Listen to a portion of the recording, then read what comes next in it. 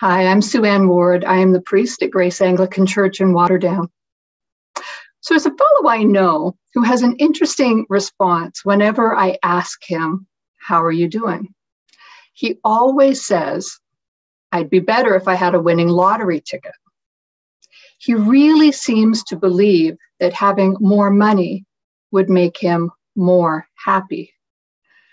I think many of us think that. Or we think that getting a different job or moving to a bigger house, maybe buying a new toy, losing 20 pounds, or enjoying a holiday at a fancy resort will make us more happy. But there is a ton of research that disproves those thoughts. Once we have our basic needs met, no amount of money or stuff makes us happier. We can still feel empty inside. Even most billionaires, perhaps especially most billionaires, feel a longing for more. So what makes people happy? Well, in John's gospel, Jesus invites his disciples to abide in his love.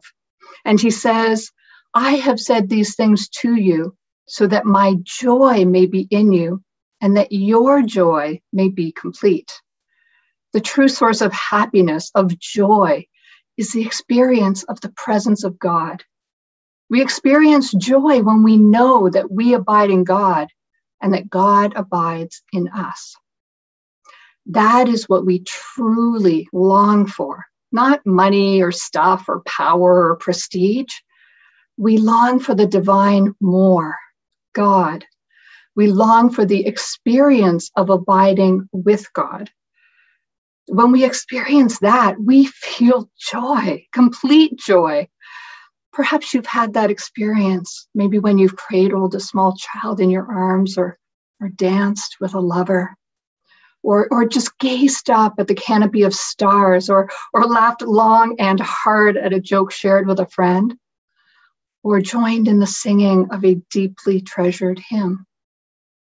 There are moments when we feel God's presence, when we find ourselves caught up in the flow of God's love and the miracle of God's creation. Our joy is complete. The need for more is completely sated. Some of us have been led to think that we can only experience God's presence in the pews of a church, saying ancient prayers together. I believe that we frequently do experience God's presence and great joy in this manner, but it is far from the only way to do so.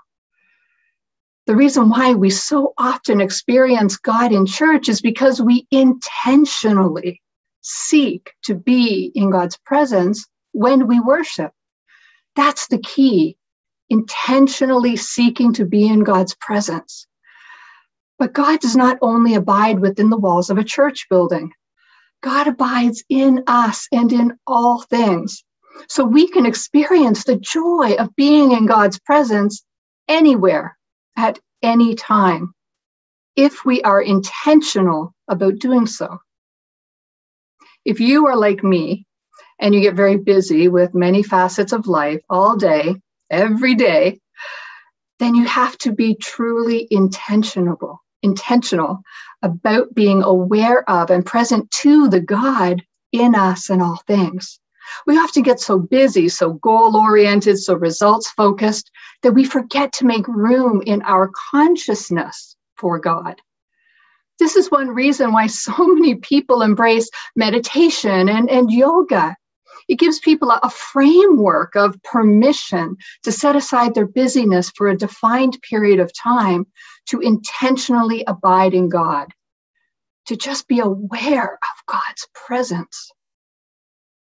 Jeff has told me several times about a conversation that he had with his spiritual director, the late Reverend Audrey Connard. He describes how during one of their sessions together, he was expressing guilt and a sense of failure for not ensuring that he was connecting with God often enough in predetermined and prescribed ways. So Audrey asked Jeff a series of questions about his life, which he tried to answer reflectively as he wondered what they had to do with his praying the offices, the prescribed daily prayers. Well, when they finished, Audrey said to him, "Aha!" Audrey often said, "Aha!" as if she had just witnessed a miracle. "Aha, Jeff, you communicate with God constantly, and you are completely open to God being present to you throughout your day," she said. "Your head is misleading your heart to believe that this is not true. No matter what you are doing, accept that God is present and embrace your relationship with God every chance you get, whether it is in church, in your car, at your computer, or in the woods." Those were wise words spoken by a priest with a deep and abiding relationship with God.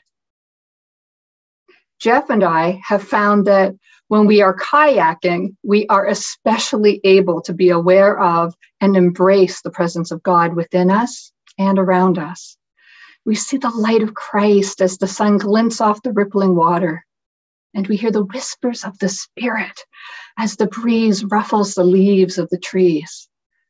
The simple, repetitive motions of paddling allow us to let go of our busyness and to make room for experiencing the joyful presence of God.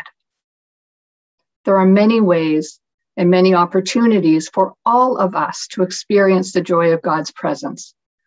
We just need to intentionally be aware of God in all things. When this becomes a way of being, we can have eyes to see God and ears to hear God in every situation. But this takes practice, spiritual practice. So, in forthcoming messages, we will explore some spiritual practices that offer intentional ways to experience God's presence. In the meantime, let's just start with looking at the view. In her book, A Short Guide to a Happy Life, Anna Quindlen writes, "He stared out at the ocean and said, 'Look at the view, young lady. Look at the view.' And every day, in some little way, I try to do what he said. I try to look at the view. That's all." Words of wisdom from a man with not a dime in his pocket, no place to go, nowhere to be. Look at the view. Whenever I do what he said, I am never disappointed. This week, I invite you to make time to just sit outside for 20 minutes each day and look at the view, knowing that God is present in all that you see. I'll close with just a few words from Psalm 16. "I have set Yahweh, God, continually before me, and I will say, 'You will make known to me the path of life. In your presence is fullness of joy. In your right hand there are pleasures forever.'" For the constant loving presence of God in us and in all things, and for the joy that knowing that brings. Thanks be to God. Amen.